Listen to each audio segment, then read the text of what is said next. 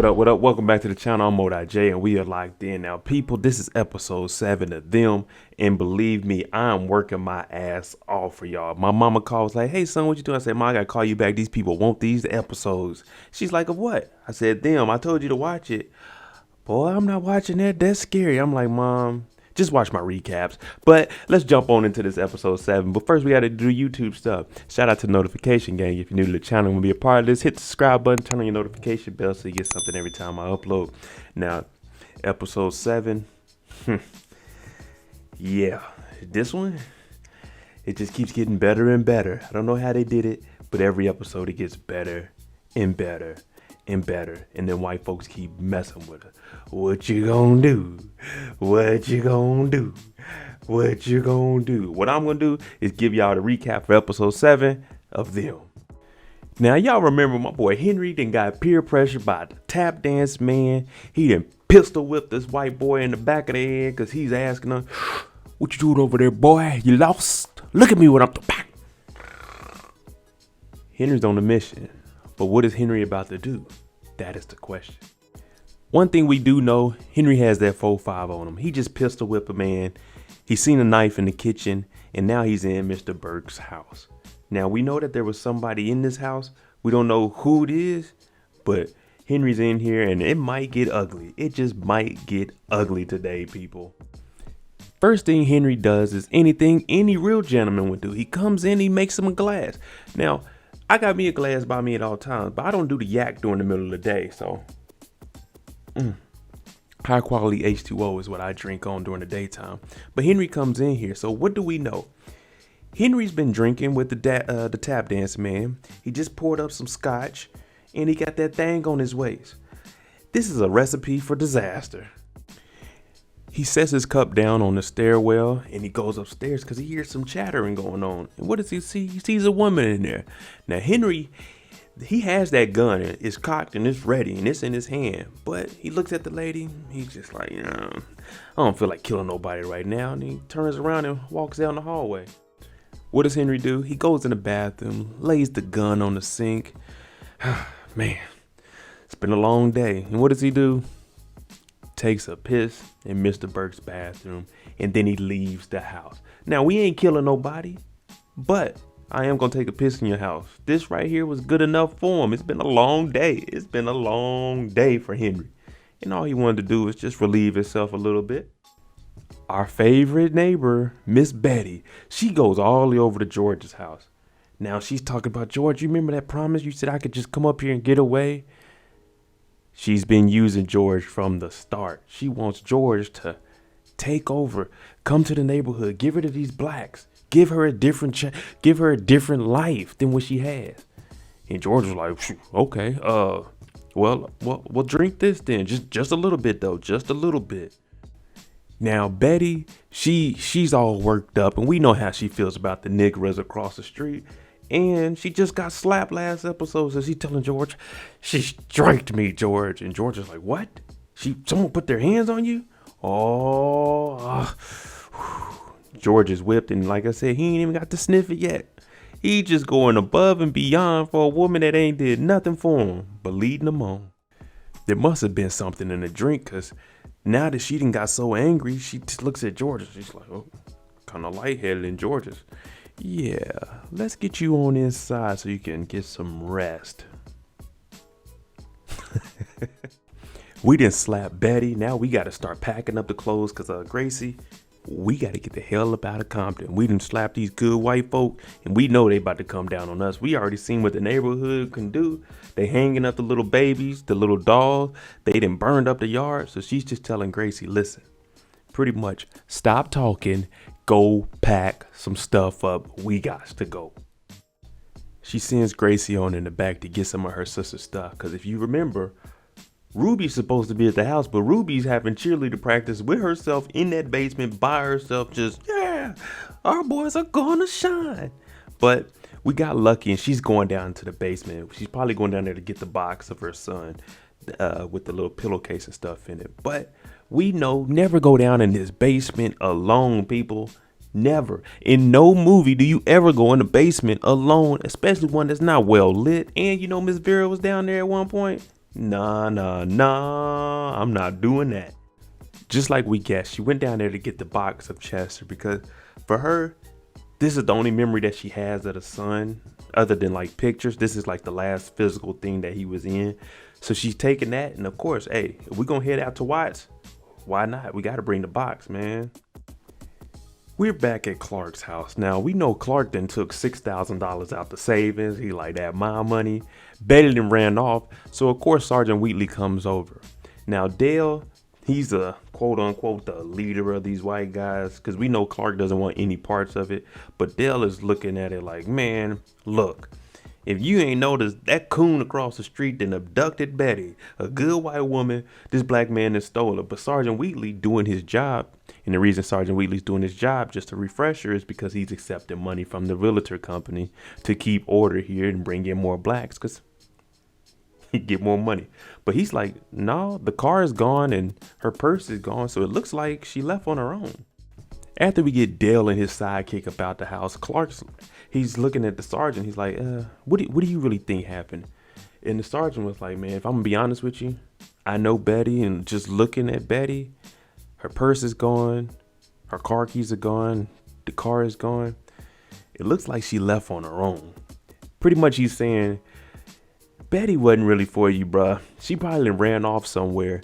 And we could all tell Betty wasn't for him because Clark is doing everything he can, working his ass off. And she's just ungrateful. She ain't doing nothing but sitting at the house, being neighborhood watch and getting slapped up by Lucky. Just a reminder, Lucky's up 4-0. Game over. Betty is on the couch and she's, boy. My boy George is over here. He got the rope. She's like, are you about to go over there now and go handle this business? I want to come with you. And George is like, nah, you just stay here. You get your rest. But there's got to be something wrong with Betty because she's just laying there and she's out of it. Oh, woozy. Now, George is expressing his love. I told y'all this man's whip. He's talking about, I've never been so happy in my life. This is the most joyous moment. The only thing missing was you, and now you're finally here. And Betty's like, what's going on? And he's like, you're so little. I didn't know how much to put in there, but you just took it to the head. So he didn't put something in this little flask, and she's over here downing it, thinking, okay, we about to go handle some business. George has different plans for you, Betty. And it's going to be an ugly sight because this guy, George, he's a little messed up in the head. And he seems like he's obsessed and in love. Lucky's packing up all the girl's stuff and she starts talking to Hazel. And she's like, Hazel, I know it may be packed over there, but let us come over there. We'll figure it out. We just have to get out this house. And Hazel, she starts talking to Lucky, but it doesn't seem like the normal Hazel. Because she's like, you need to talk more about your son. You need to do this and do that. And the things that she's saying doesn't align with the Hazel we met over in Watts. Now she's massaging her shoulders and saying, look at your son. You got to look at him. Maybe he's better off. And this is how she talking and sounding to. Maybe he's better off in our good Lord's hands. It's like, Hazel, what you got going on back here? Is you drunk or something? And and Lucky, she's sitting here crying because it's hurting because she's looking at her son. But it seems like Hazel's pushing her like, yeah. It's probably good that he's gone. Where's your girls at? And I'm like, this ain't the Hazel I know. When I tell you Henry is going through things, day 7 has not been good for him. Went to work, got into it with the boss. Well, he didn't get into it with the boss. The boss got into it with him. Then he went over there, took a piss at the boss's house. Now he's at the little diner by himself, just getting some coffee because he got to clear his mind. He's like, man, the hell with this place, bro. For real. But it turns out he's not by himself. Mr. Tap Dance Man is here. Now, Mr. Tap Dance Man has become one of my favorite characters. Like I said, if you look at his hand, he's missing these 2 fingers here and the thumb. But he's sitting there with a peach in his hand. And he's telling Henry straight up, don't let them white folks see you thinking. The moment they see you thinking and know that you smart or you could read or something, that's when they gonna kill you. He's like, you gonna get us killed. History lesson. The Tap Dance Man goes into a story about how they used to work out in those fields. Now, they worked in the fields nonstop. It's hot as hell. They said they had a guy that had just got off the boat as a slave, and he's out in the field, but the heat was just too much for him and he ended up passing out. The tap dance man said that there were kids that would run by eating peaches and stuff out of the trees. So what he did when the guy was passed out, he went over to the tree. He didn't pick any fruit off of the tree. He picked up the fruit off of the ground, and it was close to rotten. Pretty much the fruit that nobody would want. Peaches that like had bugs on it, almost rotten. And he took one over to the guy that had passed out. He brings back 3 peaches, and he finally gives one to the man that was passed out. And that's all he needed to wake up, because they weren't getting any water, so he needed that juice.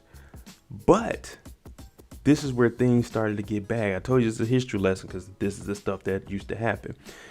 He says the master came over there and he said, "Where'd y'all get them peaches from?" And the tap dance man, being smart, he was like, "Oh, I got them over there, but I didn't pick them, sir. I just got them off the ground. No one will want these." After the master said, "Where'd y'all get these peaches from? Because they don't grow over here." He was trying to explain to master that, "Hey, I picked them up off the ground." And the tap dance man was smart, but he's like, "Can't no man but God own these fruit. So why can't we eat them?" So the master said, "How many did you take?" And he holds up his hand and he said he took 3 of them. And that's how many master cut off. So that's how the tap dance man has 3 fingers missing, because he picked up peaches and the master cut those fingers off, so he won't ever grab peaches again. Man, it's sad, but this is what happens. After hearing this story, Henry's like, "You know what I would have done?" And this happens all the time now. The tap dance man said, "Not a goddamn thing. If you was a slave back then, you would have just been a slave. You would have got your damn hands cut off and you wouldn't have did nothing." And what the tap dance man is trying to let him know is, you said you would have did something then. Well, how come you didn't do nothing to Mr. Burks when he punked you in that office? You see what I'm saying? People always say what they would have done and what they wouldn't have done in those times. You wouldn't have did a goddamn thing. And we all know it, because you ain't doing nothing now. So the tap dance man, he got a point.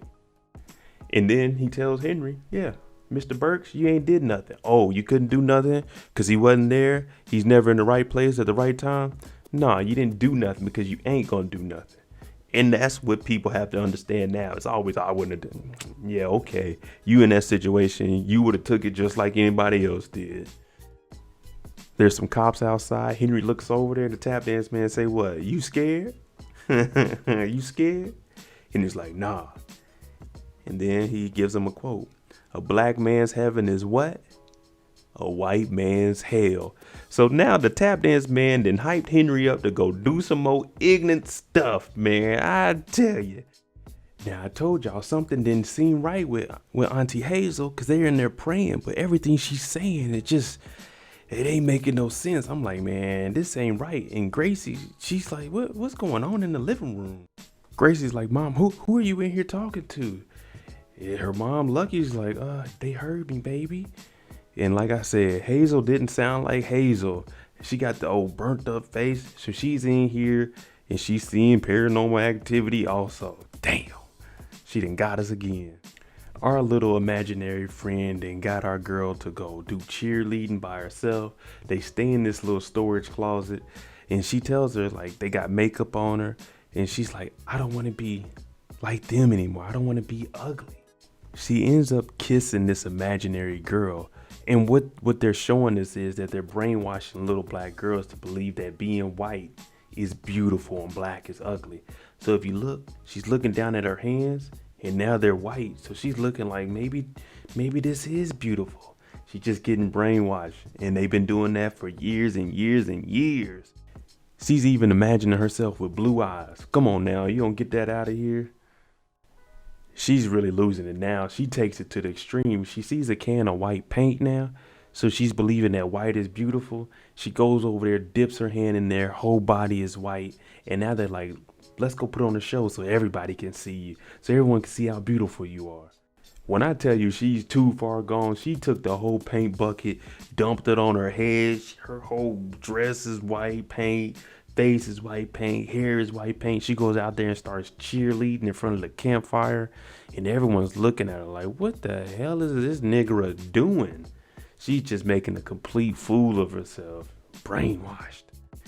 Now Lucky's starting to lose it. Everybody's losing it. We got We got Henry riding around the town. We got Ruby painting herself. And now Lucky, she's talking to Gracie like, I know you miss your brother. And we just got to move on from this. And Gracie's like, I know, Mama, but he's in heaven now. Be happy. And then Lucky, she walks off. This damn basement, I keep telling y'all, do not go down in this basement without the National Guard, all the lights on, and in the daytime. But she goes down there, she goes into that corner, and she comes back with an axe. And guess who's there? The man in the black hat. And he's looking down at Gracie, pretty much giving Lucky the signal of, yeah, you need to go ahead and get rid of this little one. And what does she do? She takes a huge swing. I'm talking about, boy, this thing was at 1 inch closer, she would have took Gracie's head off. Gracie runs up the stairs like, Mama, what are you doing? And what Lucky tries to do, she snaps out of it. She says, oh, Miss Vera was right there next to you. I chopped her head off. We don't have to worry about her no more. Man, the whole time, the man in the black hat. That dude is an evil man. Henry's mind's gone, so he's driving around. He ends up following Sergeant Wheatley. Now, we already know the tap dance man got him doing some weird stuff, talking about, what you gonna do? What you gonna do? Pretty much hyping this man up to do some ignorant Sergeant Wheatley comes up and he's like, yeah, well, you know, Betty's missing across the street. They haven't seen her and the house is all torn up. What you know about this? And Henry, he's already been having a hard day. You got the tap dance man in your ear talking about, you ain't gonna do shit. You ain't gonna do a goddamn thing. He done hyped Henry up so much, Henry's about to lose it. What did I tell you? The tap dance man reappears in the back seat and he gives Henry an idea. And Henry just let off 3 shots in the cop. Pop, pop. And when he falls down, puts one in his head. Now, the tap dance man then hyped him all the way up, talking about, you ain't gonna do a goddamn thing. And as soon as he kills the cop and goes too far, what does the tap dance man say? Ooh, you done it now. They coming for you. And this happens all the time in the black community. People peer press you into doing stuff that you shouldn't do. This show is giving us all kinds of hints and gems. The tap dance man hyped this man up, got him out of his mind, and now he done went and killed somebody. Ain't no coming back from that. And what did the tap dance man do? He disappeared as soon as he seen he done killed the cops, because now it's on you. You taking this charge by yourself. Dell and his right-hand man, his yes man, pull up on Clark like, dog, we need to go over there right now. We need to straighten this out. This is why your wife is missing. And Clark's like, his car isn't even there. What are you gonna do, terrorize kids? And Dale, we gonna go over there and we gonna get the questions we want. And right when they say that, guess who starts to pull up? Henry then pulled up to the house. He goes in there and what does he see? His daughter in here and all kinds of paint. But before he even notices that, he talks to Lucky. Hey, we gotta get up out of here right now. He looks over and I know he was thinking, man, if we didn't have to get up out this house, I'd ask you what's going on. But she starts apologizing and he knows, hey man, something is really going on now. We need to get the hell out of here. We'll worry about this paint later. The girls that ran outside, Dale and them across the street talking about they making a run for it. Clark's like, let's just chill. I'll go talk to him. Now Henry's in the house and he's getting all the bags and stuff. And then he sees the box, the CE box, the Chester box right here on the ground. So he's like, man, let me see what's really in here. Dale ain't playing around now. He got this gun pulled and he's ready to let that thing loose. He don't care who gets shot, but there's going to be some questions and I want answers. It turns out in the Chester box, listen to me people, in the Chester box, it wasn't just a pillowcase. It wasn't just a wrapped up pillowcase. It's the actual baby's bone. Before they left, she took the baby's bones and put it in the box. Now remember, I told y'all and I alerted y'all earlier, pay attention when she said he'll always be with us. And she literally meant he's going to always be with us. They done carried this dead body across the United States of America. The bones. I know the neighbors are looking like, man, black people are weird for sure. There you go, another wild episode 7 of them. Let me know what y'all think about carrying a baby around. Do y'all think that's where all this bad juju came from? Let me know what y'all think, because that's just extremely wild to me. But I'm J. If you like the content on the channel, hit the subscribe button. Definitely give me a like and stay tuned for episode 8, 9, and 10.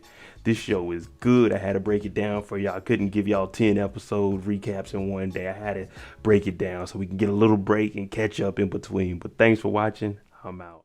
Jimmy on the beat, boy.